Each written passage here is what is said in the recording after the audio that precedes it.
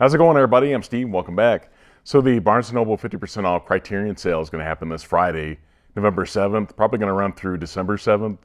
So they'll give you a full 30 days to shop. But let me know if you plan on picking up anything this Friday or this weekend. Let me know if you picked up anything in the Criterion flash sale that happened not too long ago.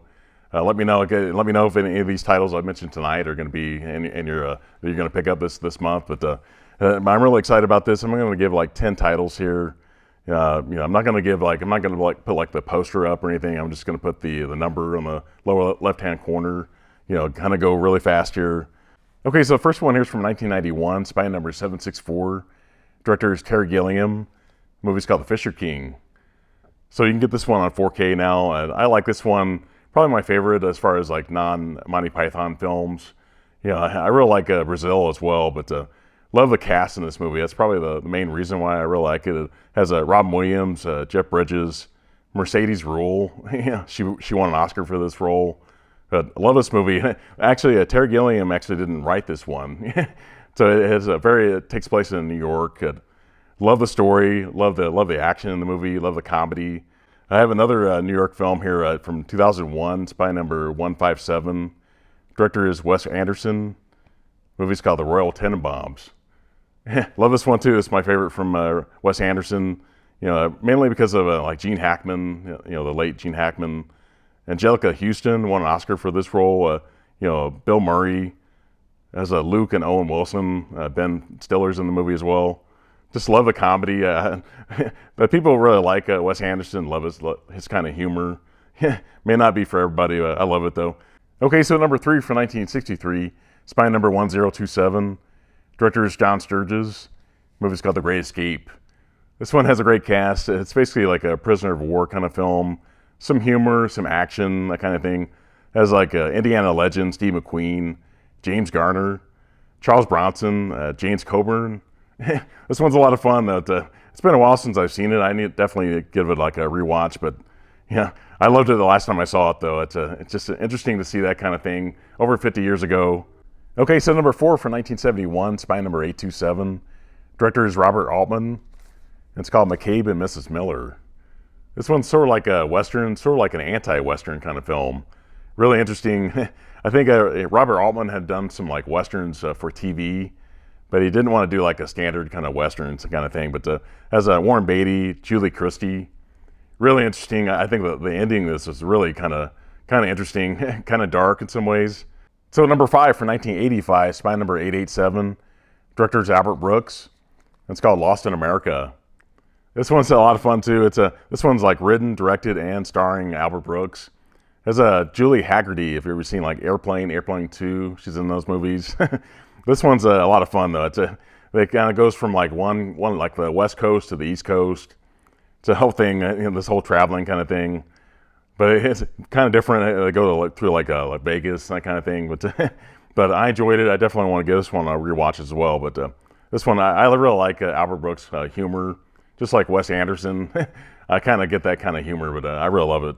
Okay, so number 6 for 1956, Spy number 575. Director is Stanley Kubrick. And it's called The Killing. This one has starring Sterling Hayden. Really like what he did, like in Doctor Strangelove and Godfather, those kind of films. These are a lot of fun. This one's a kind of a dark kind of film. It's like a film noir kind of thing. It's in black and white, obviously 1956. Really interesting how the protagonist is kind of gets in trouble, that kind of thing. Just I don't want to spoil it, but I think it's a lot of fun. It's like I said, really early Stanley Kubrick. Okay, so number 7 for 1951, Spy number 396. Director is Billy Wilder. It's called Ace in the Hole. This one, starring Kirk Douglas. This one's in black and white as well. This one's great. Obviously, if you've ever seen like Something Like It Hot from Billy Wilder, that's another one that's in the collection. But he also did like another film that's not in the collection. It's called The Apartment. Really great. This one's actually the follow up to like Sunset Boulevard. So there's a lot of great films from Billy Wilder I wish were actually in the collection. Okay, so number 8, this one's from 1963, Spy number 57. Director is Stanley Donen.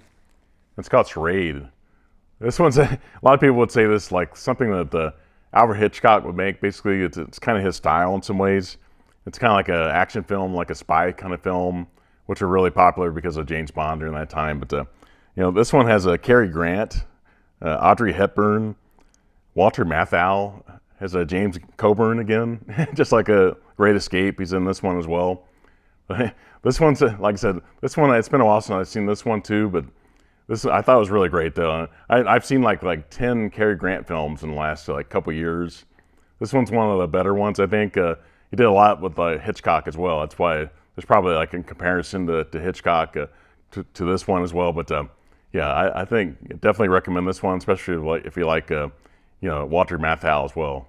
So number 9, this is probably like the darkest one I'm going to recommend here. From 1976, Spy Number 957.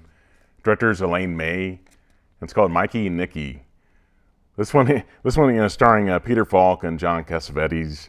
Like I said, these two are like close friends, or at least they were at one time, anyways. But this one also has Ned Beatty. This one you'll see like this really like kind of like shocking ending to this movie, which makes it really great. I think it makes it really memorable.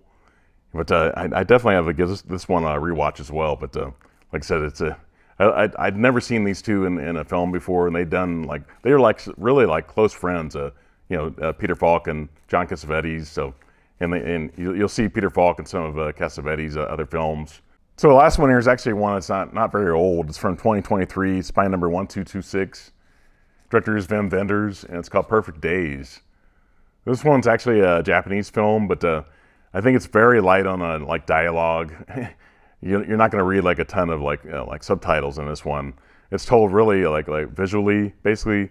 I really like the story. I really like the main character.